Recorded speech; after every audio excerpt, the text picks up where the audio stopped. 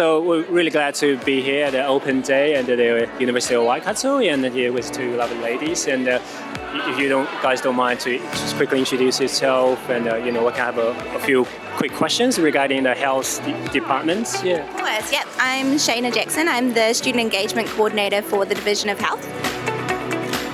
And I'm Emma Wowdis, and I'm the Division Director for the Division of Health. I understand they can choose to do masters in nursing and also pharmacy. So if you don't mind to just tell us a little bit more of those two programs and maybe the entry criteria and I can go nursing, you can go pharmacy. So the Master of Nursing Practice is a 2-year postgrad program. So you need to have a bachelor's degree, but it can be in any area. So it could be in music or it could be in sport or English. It really doesn't matter.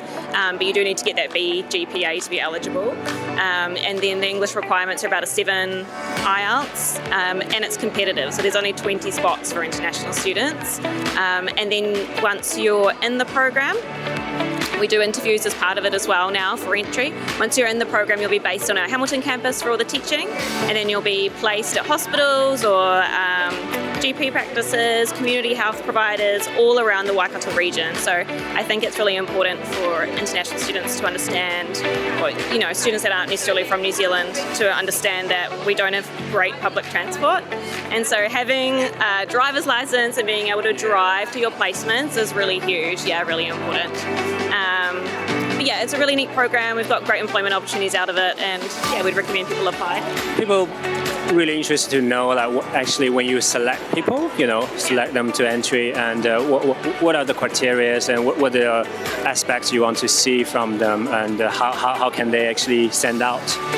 So we've got interviews for the first time this year, and so you'll have to respond to about 8 different questions online, and we ask you about your motivation for doing nursing, some questions about your critical reasoning, cultural safety, what you understand being a nurse is in New Zealand, and so you'll answer all those questions, and then they get scored by our nursing colleagues, and that goes into the selection process alongside your references. So you need 2 references to enter as well. So it's a more like holistic approach. It's not like you have to be really smart or really this and that. It's more like your intention, your heart, and the reason and stuff, right? Yeah, definitely. So we believe that you need to meet that B GPA, have that English language level, and then once you've done that, everything else is done on a holistic assessment, not on your academic ability. They have to first meet the English requirement threshold, to get into the interview phase, right? And then once you fill those spaces, then they just close the application, right? So our applications for 2027 are closed now, and we're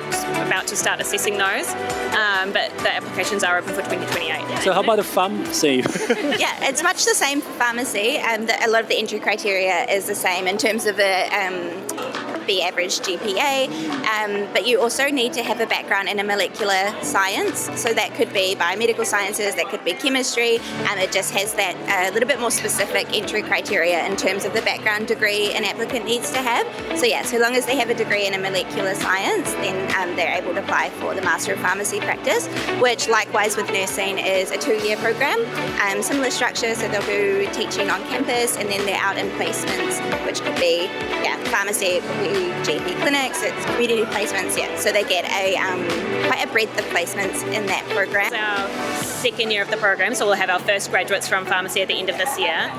And in New Zealand, once you finish your pharmacy study, you need to do your intern pharmacist year, and so they'll need to secure that placement, but normally you're paid through that. You do that intern year, and then you become a registered pharmacist.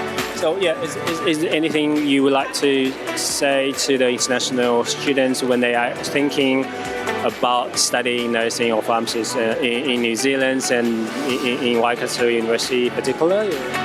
I think like Emma said, it's competitive. We only have 20 spaces in pharmacy and 20 spaces in the Master of Nursing for international students. So really just emphasis your reasons for wanting to be a nurse or a pharmacist, the motivations that are informing that decision, and just put a lot of effort into that kind of personal statement and those references, because as Emma mentioned as well, there's an academic threshold, of course, but we're more interested in what kind of person you are and particularly what kind of pharmacist or nurse you want to be.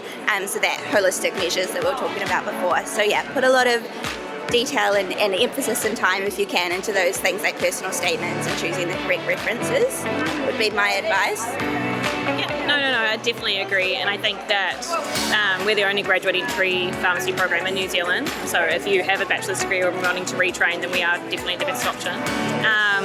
And we have a beautiful campus in the middle of the North Island. It's a small campus, and it's kind of like a family, so... Yeah. Do you take on the nurses and pharmacists from overseas train already? Yeah, we will. We would accept students that are from a nursing degree or a pharmacy degree from overseas, for sure. They'd have to do the whole program, so it's not like they get credits or any reduced time. They still have to do the whole program. But yeah, we certainly accept students that are trained overseas. Thank you so much. No,